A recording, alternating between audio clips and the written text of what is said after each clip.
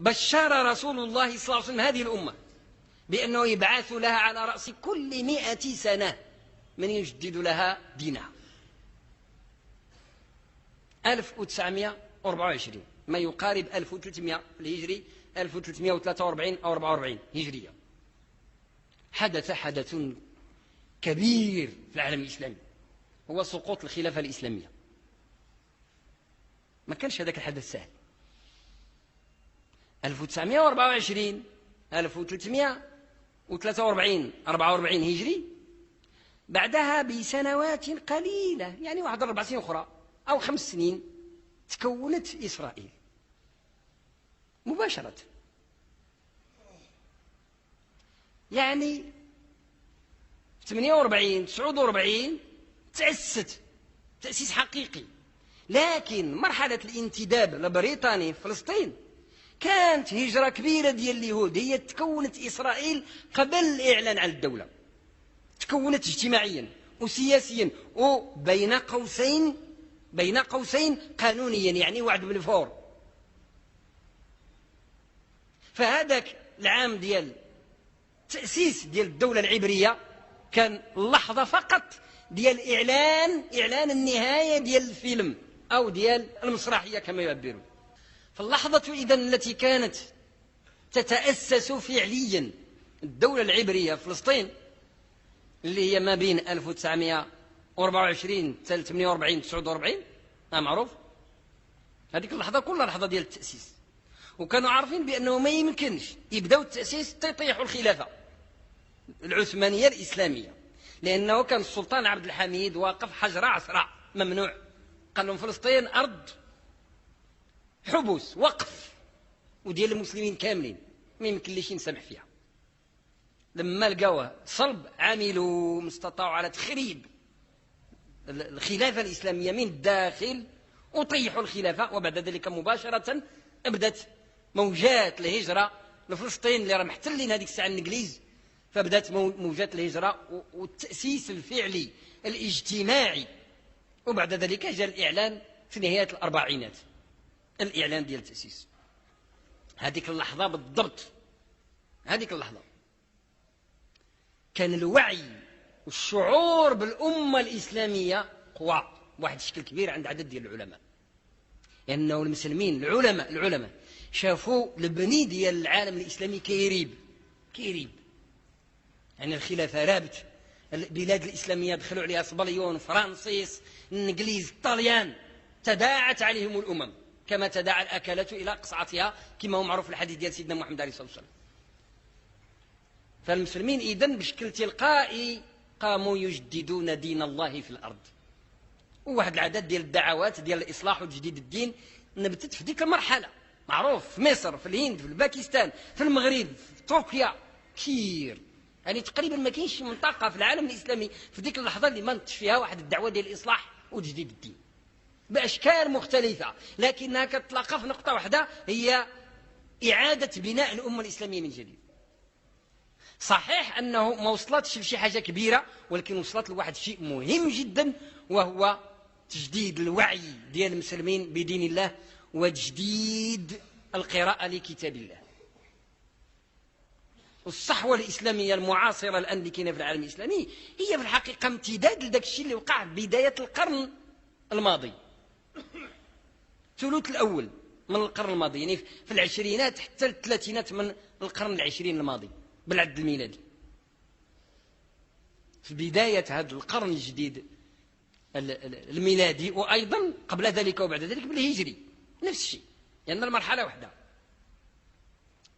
تقترب الأمة، كتقرب، مازال ما وصلت، تقترب من عد 100 سنة على هذه الأحداث جميعا، على سقوط الخلافة الإسلامية، وعلى احتلال فلسطين، وعلى قيام حركات الدعوة والإصلاح في العالم الإسلامي.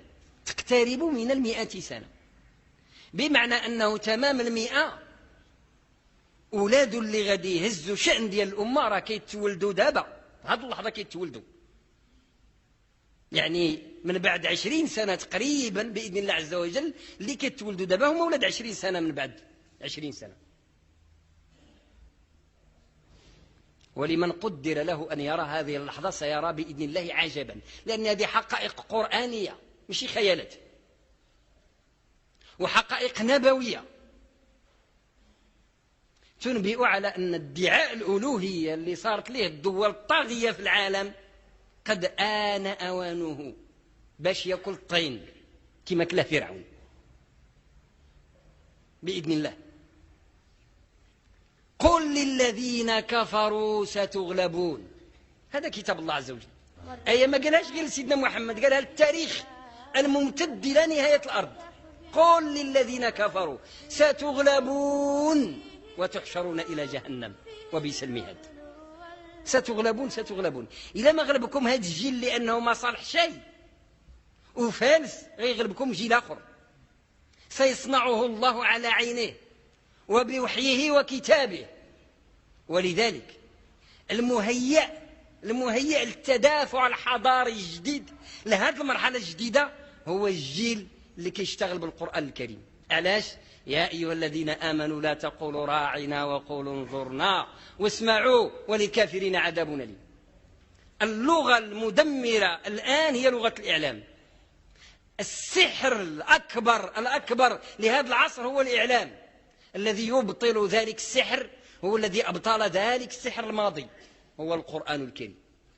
اللي يبطل سحر الإعلام الثقافة القرآنية، اللغة القرآنية، المصطلح القرآني، الآيات والعلامات القرآنية. نهار تشوف المسلمين صاروا يتداولون كتاب الله فيما بينهم، أبشر بالنصري قتلوا غير خطوة، والعلامات دالة على هذا.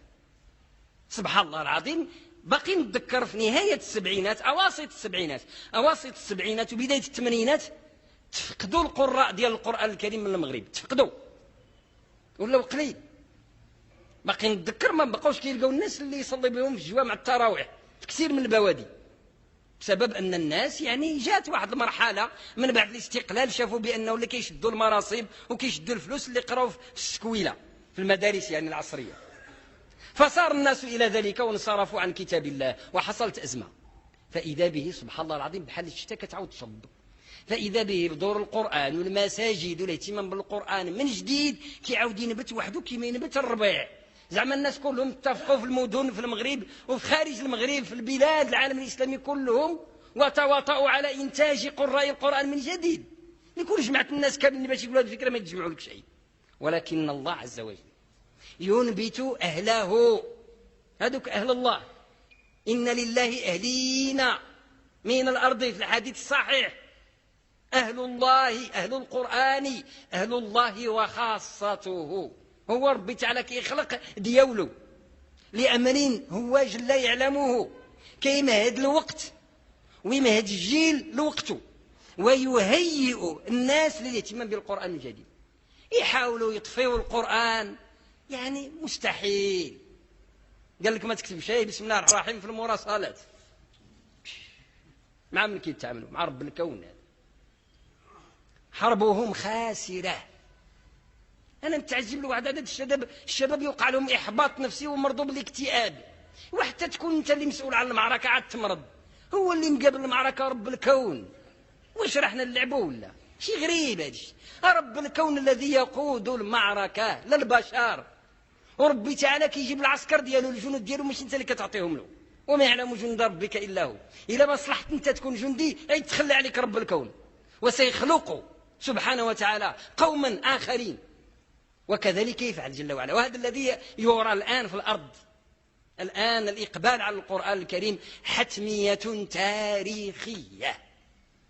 هذه العباره زعما بالزز غادي يكون احب من احب وكره من كره، غادي يبدا ينبت لهم القرآن في كل موضع بوحده ينبت، لأنه الوقت جات باش يتكلم القرآن، باش يتكلم القرآن.